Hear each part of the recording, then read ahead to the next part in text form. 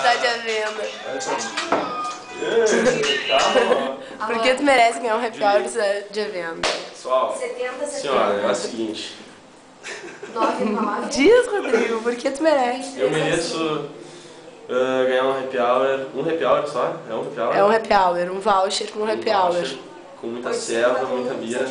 Petisco, o que tu quiser. Eu mereço porque isso aí que eu tava dizendo. Ah, desculpa. Fraga aí, ó. Só um pouquinho que ela tá na Grande brother. Eu mereço, sabe por quê? Porque eu trabalho demais, eu estudo, eu faço tudo que eu tenho que fazer.